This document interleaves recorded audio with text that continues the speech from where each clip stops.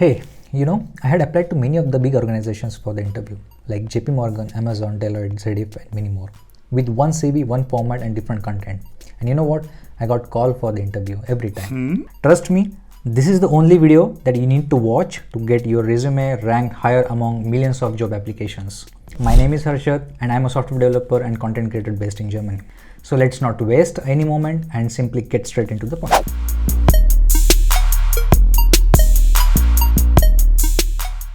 So I have divided this video in 3 topics. First, why your resume is not getting selected.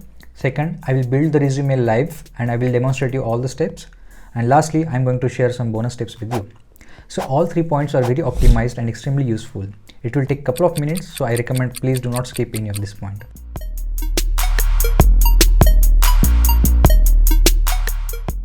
So do you know why you are not getting any of the interview call despite of having good experience, good CV and good skill set? It is really important to understand that all humans are judgmental more or less, and you will be judged by that HR who do not even know the potential of yours. Your resume will be thrown in the garbage if the HR do not find the application relevant to the expectation of the job that they posted on their portal, right? It is as simple as that. The job description is very generic most of the time as compared to the expectation behind it. And you make the same mistake of applying to the job with the same resume and same content. This is the real reason why your resume is not being selected. You need to understand this. You need to apply smartly. In fact, you need to precisely give them what the hiring manager wants. And for that, you need to precisely understand what manager is looking for. So in order to know this, it is really important to understand what the business of the company is. You need to find out what are their services, what are their products. Once you do the research about the company, try to compare the job description, and then you will know what kind of products they are building and what kind of values they are expecting behind that job posting. Take a look at this job description. As you can see, the expectation seems quite straightforward and clear, but somehow they are basic things and the actual shape of the work might be different. All those applicants who are applying for this job will be possessing all those skills which is expected according to the job description. So then, how to make your CV stand out, how to make your application superior. Let's dive deeper into it to know the answer. So I will navigate to the website of the company and try to read about the company and their business. As you can see, the company is providing some solutions for the vendors or the sellers of Amazon. From the first look, what do you understand? I can see that they are developing services which might be calling Amazon APIs. They might be using Amazon Web Services. Great.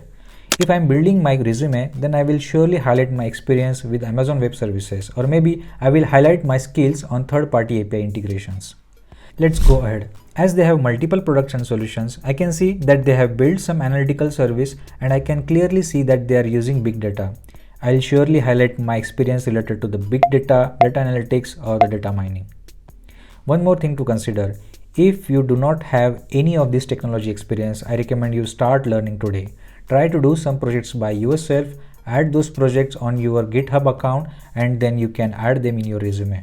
Maybe you are thinking that why am I telling you such a complicated process just to build your CV? It might sound complicated, but remember that this is 100% winning attempt. I personally experienced this strategy and trust me, it works without fail.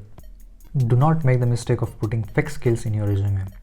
I have seen people often making this mistake, and if they fail to prove their knowledge in the interview, they end up losing the opportunity. Please do not do this. So if you understand what the company is doing, then you can think of possible technology stack that the company might be using. You can imagine what kind of work or what kind of values they might be expecting. Alright guys, I guess you have got an idea how to develop your resume according to the job expectations, and you also learn how to find the expectation of the job. The next step is to build your resume accordingly.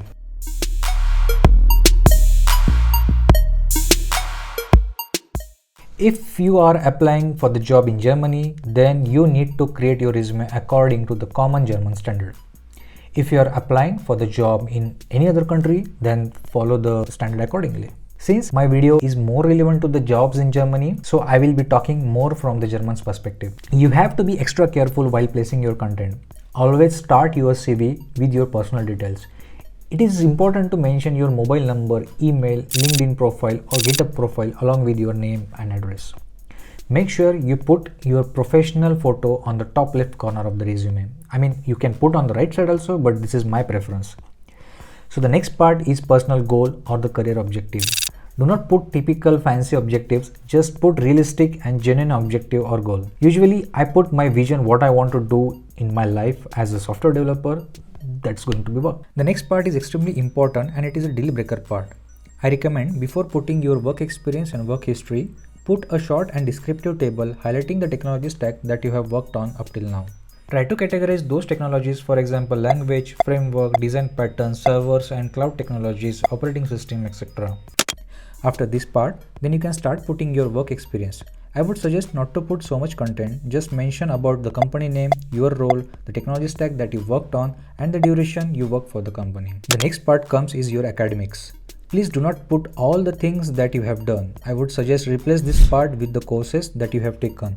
And of course, it should be relevant and adding some values to your resume. It is okay to put extracurricular activities which shows other part of your life too. End your resume with additional personal details like language you speak, address, type of visa you have, your references, website, personal projects, etc. There are some special considerations that you need to be aware.